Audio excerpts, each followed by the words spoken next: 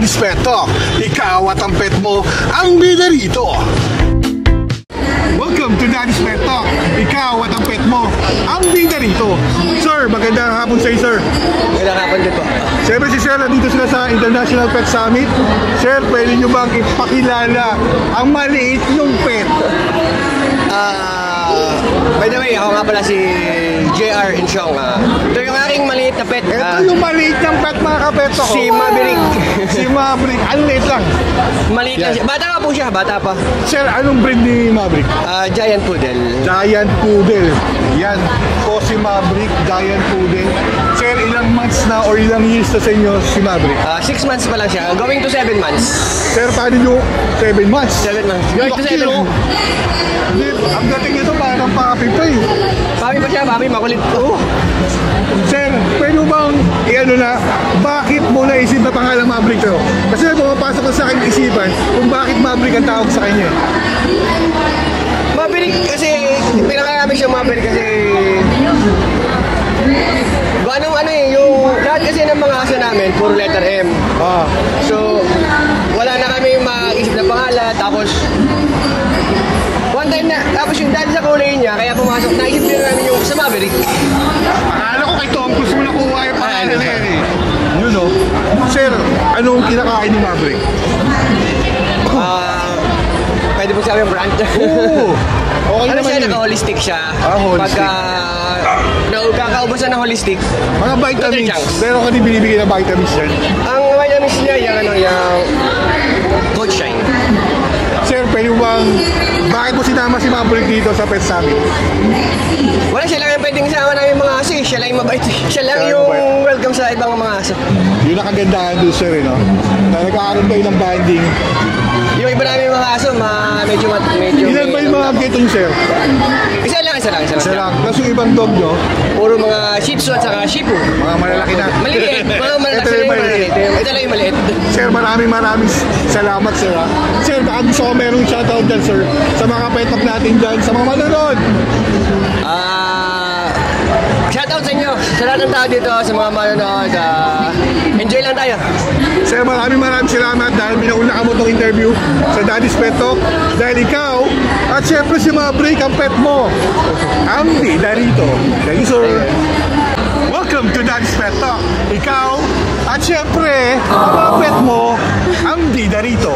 Ma'am, magandang hapon sa'yo. Magandang hapon po. Ako po si Samantha. And ito po yung mga pets ko, si Cookie and si Hoshi po. Ma'am, syempre alam ko hindi naman kayo nahirapan dahil may stroller kayong kasama. Ma'am, bakit gusto sinama yung dalawa rito sa International Pet Summit po? Para po makadiscover ng mga mga brands na pwede po sa aming Diba, daming brands, ma'am, no? Ang dami palang pwede kainin. Para sa freebies din po. Wow. Dami rin pala sa mga freebies. Ma'am, ilang years na sa inyo itong mga pet, ma'am? Ilang? Years. 3 years old na po silang pareha. 3 years old? Opo. Ma'am, anong kasarian niya, no? Male po sila pareha. Male. Opo.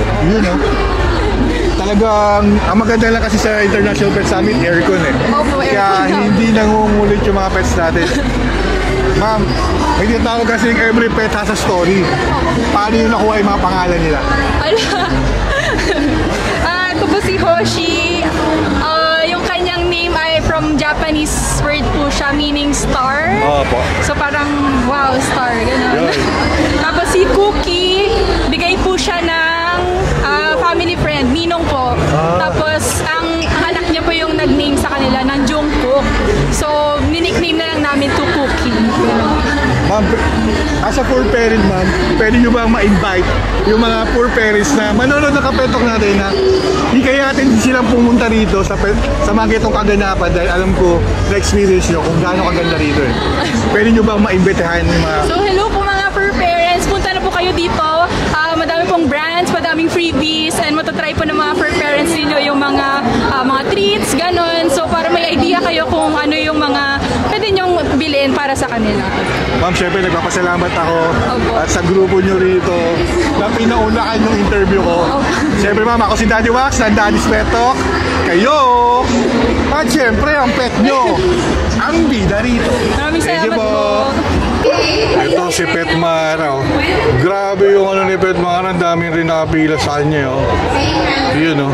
Pag iikot natin to, sa sobrang daming tao, hindi ako makalusot eh. Ang dami talagang nakapila.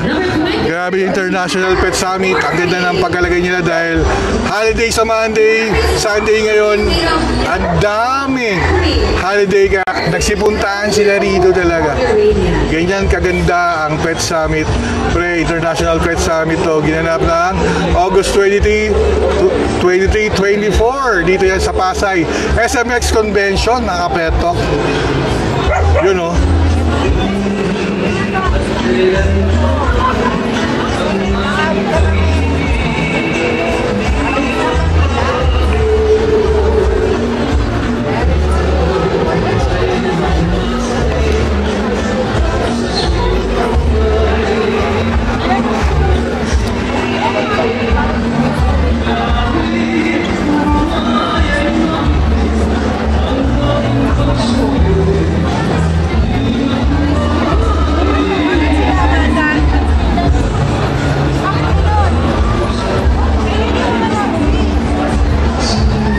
Ganyan karami ang tao rito sa Pet Summit.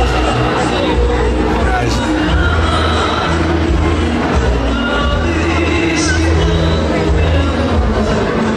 Welcome to Daddy's Pet Talk. Ikaw at ang mga pet mo ang bida rito. Ma'am, magandang hapon. Good afternoon. Ma'am, pwede nyo ba ipakilala ang inyong mga pet? Ang gagandang pet nyo. Ito si Kit Kat. Ito yung Kit Kat. si Kit Kat. And then ito si Harley. Harley. Si Harley, yan. Ito si Serge. Serge. Si Auro. And then etong isa si Malos. Malos. Yan. Hindi ko makayang hulaan to eh. Kasi ma'am, ilan ang pet nyo ma'am? Ang Corgis ko 18. 18. Ang Aspins ko 13. Parang tinatamad pa kayo ah. No, may isang pair tayo ng Chihuahua, isang pair ng Shih Tzu, at saka isang toy poodle, tas 3 pusa. Ma'am, Ayan. kasi naniniwala ako every pet has a story. O, Okay. naniniwala ba kayo dyan mga kapeto?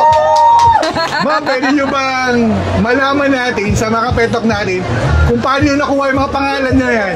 Hindi, kasi yung mga pangalan ng Corgis ko, puro mga chocolates. Chocolates. O, kaya napansin nyo, Kit Kat, meron tayong Auro. Auro is a local chocolate brand eh. And then Malos, yung Malos na yellow, yon. And then Ritter Sport, meron ka bang Ritter Sport na corgi? Ritter lang, hindi Ritter. Tapos Surge is yung dating chocolates, di ba? Yung ano yan eh, local chocolate pero wala na. Naka-bar siya, Surge yun. Ma'am, nakita ko kasi nakabanda na itong mga corgi mo eh. Yes na po. Inubida. Yes. Ma'am, anong meron kay Inubida na nasuot-suot na mga corgi mo eh? Innovida kasi sila yung brand ambassador. Yung dad nila yung original brand ambassador ng Innovida. Ngayon, ang Innovida is an organic odor eliminator na una. Yun, mga peto ko. Yan. Odor eliminator ang Inubida. Yes, organic yan. So, pag ginamit mo siya, kahit na nandiyan yung pets mo, okay lang. Hindi katulad ng mga iba chemical based. So, bawal yung sa pets natin. Ibig sabihin talagang mahalagang-malaga to sa mga poor parents natin na to na meron sila dapat sa bahay nila dito eh. Yes, para at dapat. least, kasi organic. Organic. Talagang maganda So, talaga safe gawin talaga organic. siya. Kahit nandyan yung pet mo, sprayhan mo na, okay lang. Mga luma, para gusto ko tandayuin sa bahay nyo para ma-picture ko kayo lahat ng 30 na Aspin mo, 18 na Corgi mo. Kasi gusto ko ipagmalaki mo sila lahat-lahat eh. Sana ma-interview pa kita ng mas mahaba. Dahil siyempre alam ko naman na andito to mga to para maging model ng Inubida. At siyempre nagpapasalamat ako sa mga staff ng Inubida na nandito sa likod ko. At siyempre sa inyo ma'am. Thank Ma'am, you. baka meron kang gustong i-shout out or gustong sabihin sa mga kapetok natin sa mga susunod na summit ng Pet Summit. Pagka may mga pet events, usually ando doon naman kami. Kami lang naman yung Corgi group na merong car. So, tsaka paki-like, follow, subscribe na rin yung Biggie_the Corgi. Yun o, like and subscribe nyo rin po yan. Opo, tsaka syempre Inovida. Follow nyo na rin, may pages sila. Ma'am, pwede nyo bang, anong pwede nyo i-advise sa mga for parents natin na para magamit nila tong Inovida po? Ito kasi talaga yung gamit namin ever since. Kita nyo naman, oh, meron kami lagi. Pagka nagkakalat sila, syempre may mga accidents. Kailangan natin syempre linisan. Hindi lang sufficient yung dadamputin mo lang, pupunasan mo lang. Syempre kailangan i-disinfect mo na rin. Tsaka yung amoy matanggal. Para hindi na balikan pa ng iba. Yo. Ma'am, syempre ma'am, may pet shop ako ma'am. Yes, may po. grooming service ako sa pet hotel. Ma'am, 18 to. Yes, Kayo po. na ba ang nagpapag-groom dito? O pinapag-groom nyo sila? Ay, hindi na. Yun nga, kaya gusto ko rin ng Corgis kasi standard coat sila eh. So, ligo lang tayo at saka blow dry. Yun na Trim lang yun. na konti sa bandang puwetan. Yun na yun. Ligo lang tsaka blow dry. Tapos, okay na. Never yan ginupitan, never na-groom ng ano. Yun. Ma'am, syempre nagpapasalamat ako sa inyo. Thank you. At syempre sa mga chocolate na duty free. Kung tawagin natin, nandito yung mga chocolate na pang duty free. Ma'am, maraming salamat Thank po. you. Pinaunlakan nyo itong interview. Syempre nagpapasalamat ako sa mga staff na nandito ng Inovida. Dahil sa Daddy's Pet Talk, kayo Ang bida! Syempre, thank you po. Thank you po. Thank you, my baby. Thank you. Yun, oh. Ito yung kayo nag-fashion show. Naiyan, pag na yung baby na yun, eh, oh. Yun, oh. Well, dami pa rin tao. Siyempre, dito lang yan. Sa International Pet Summit. Mga kapetok.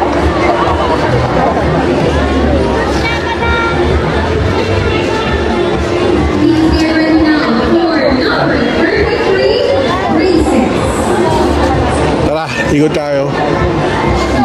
Daddy Pet Talk. Yun, oh. Daddy's Pet Talk, ha. Yup, pamalo ko to yan. Yan, ah. Thank you, ha.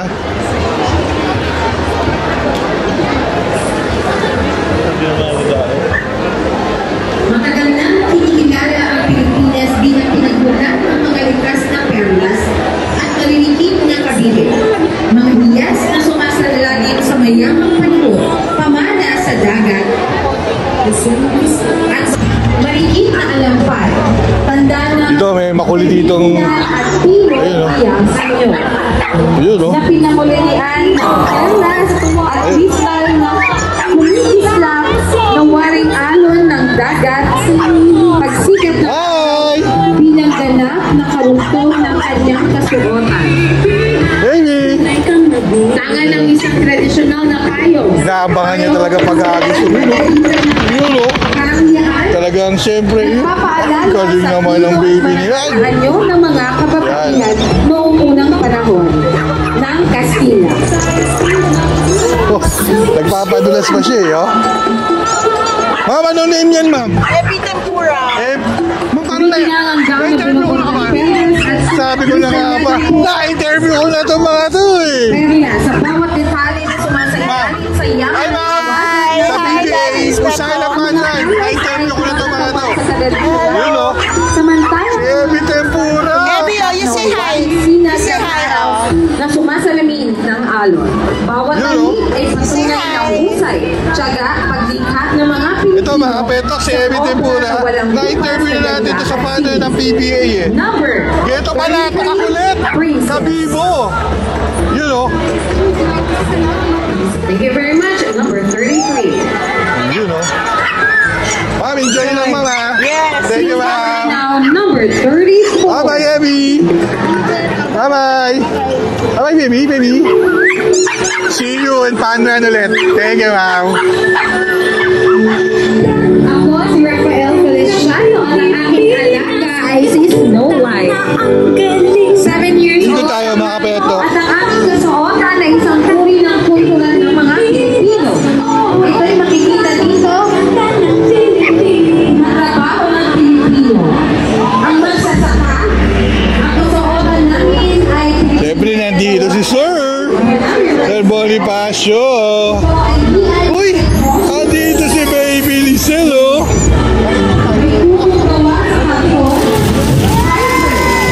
Yun si Baby Lisel. sa mga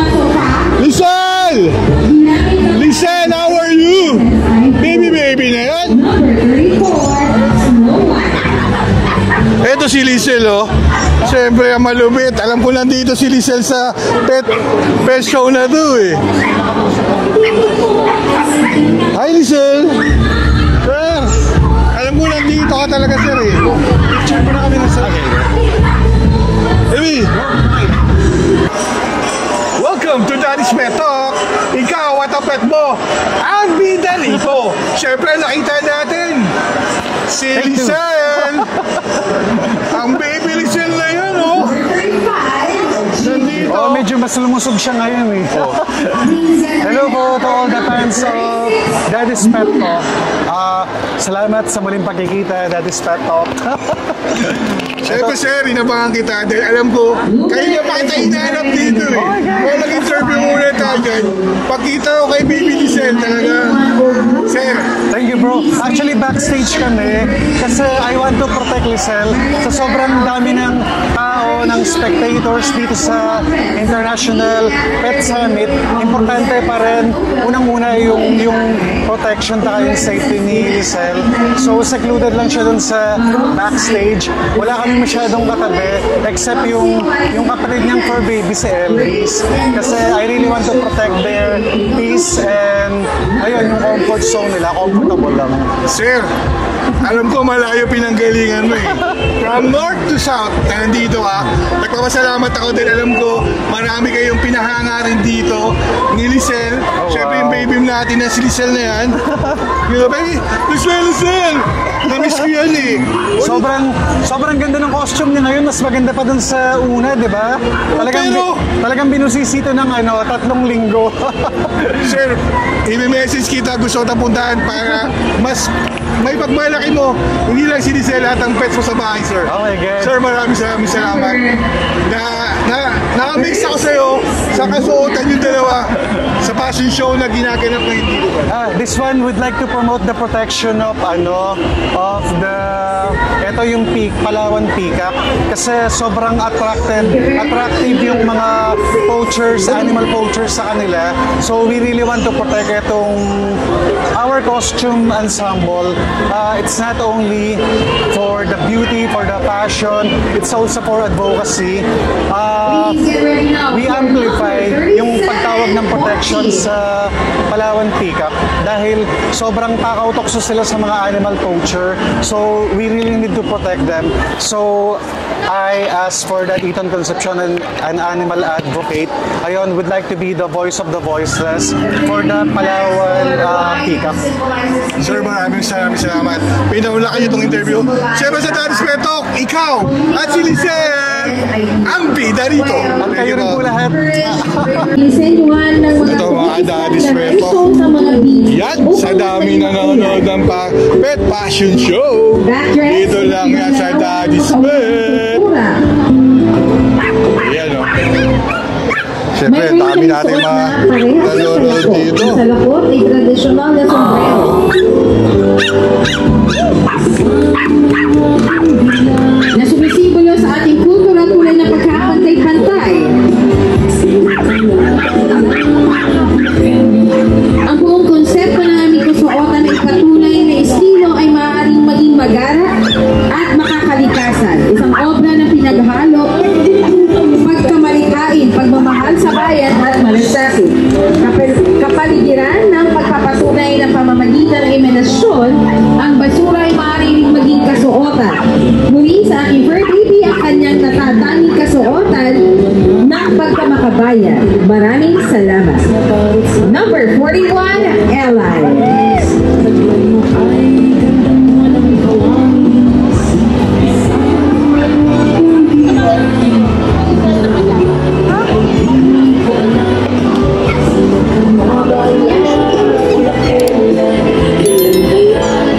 Welcome to Daddy's Pet Talk.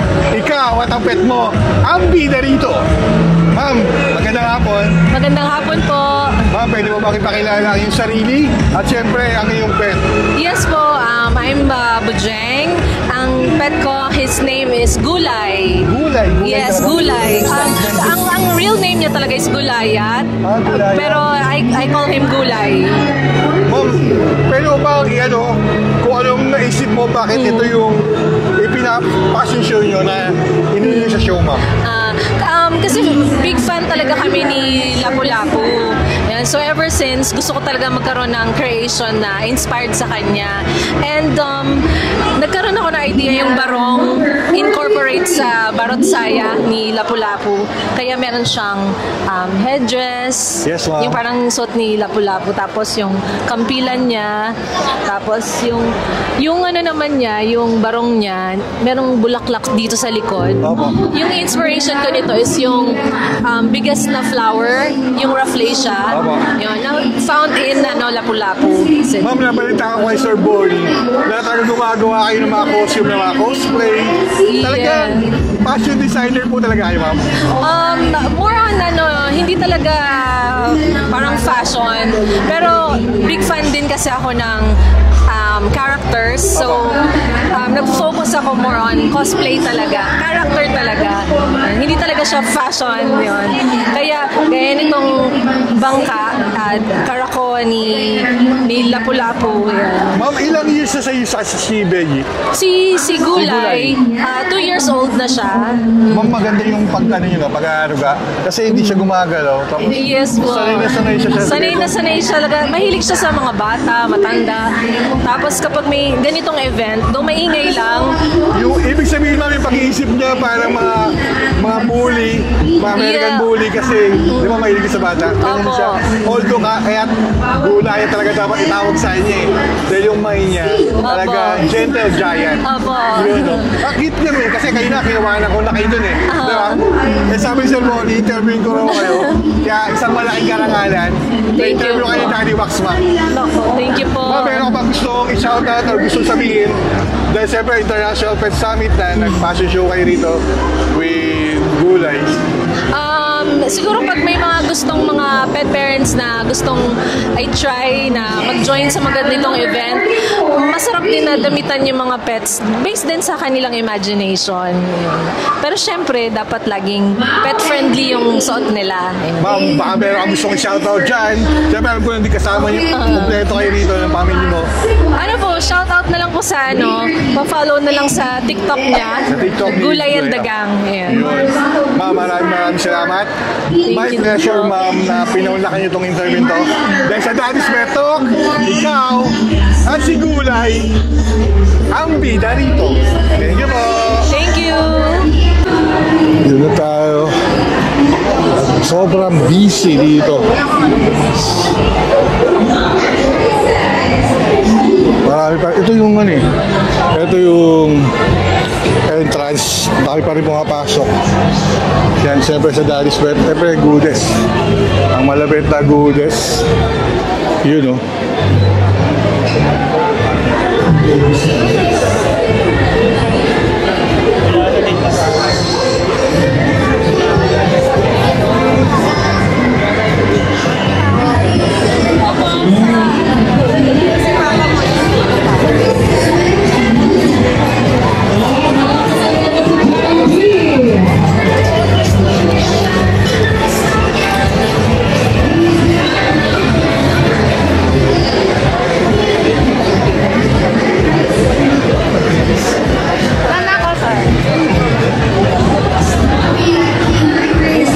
Mga pet option, McDuffie, dami nakapila. Yun, ganun pa rin kahit hapon na. Dami pa rin. Tao, mas dumadami pa yung mga tao. Yun.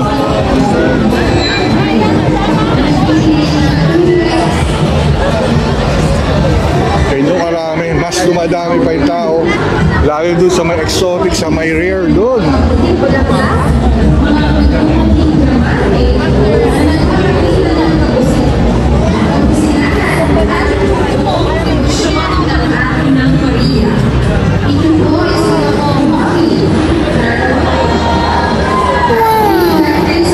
Ito yung magagandang harness. Oh.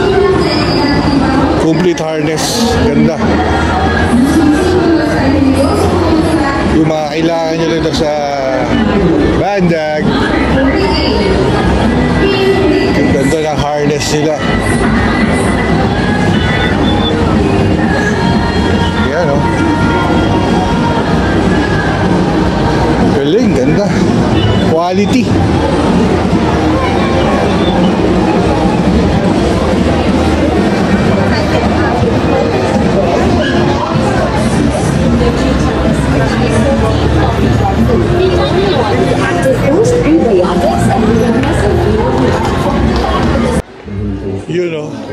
Grabe pa rin yung mga tao na nagsisipuntahan at nagpipilahan dito at pumunta sa Pet Summit, International Pet Summit ngayong araw ng linggo, August 24. Pablo Luna! You know.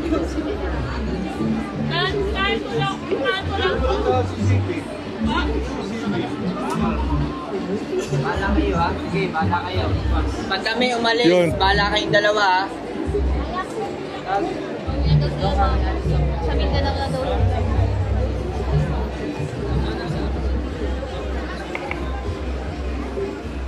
Siyempre, tatapusin na natin itong video na ito.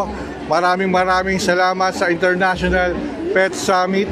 Ito ang inyong Daddy Wax ng Daddy's Pet Talk na nagpapasalamat. At sa dami na pumunta rito, ako'y nagpapasalamat. At napakita natin sa inyo kung ano ang pangyayari dito nagaganap sa International Pet Summit dito sa Pasay City SMX Convention. Ito po ang inyong Daddy Wax ng Daddy's Pet Talk. Muli, nagpapasalamat dahil sa Daddy's Pet Talk, kayo at ang mga pet nyo ang bila rito. Thank you po!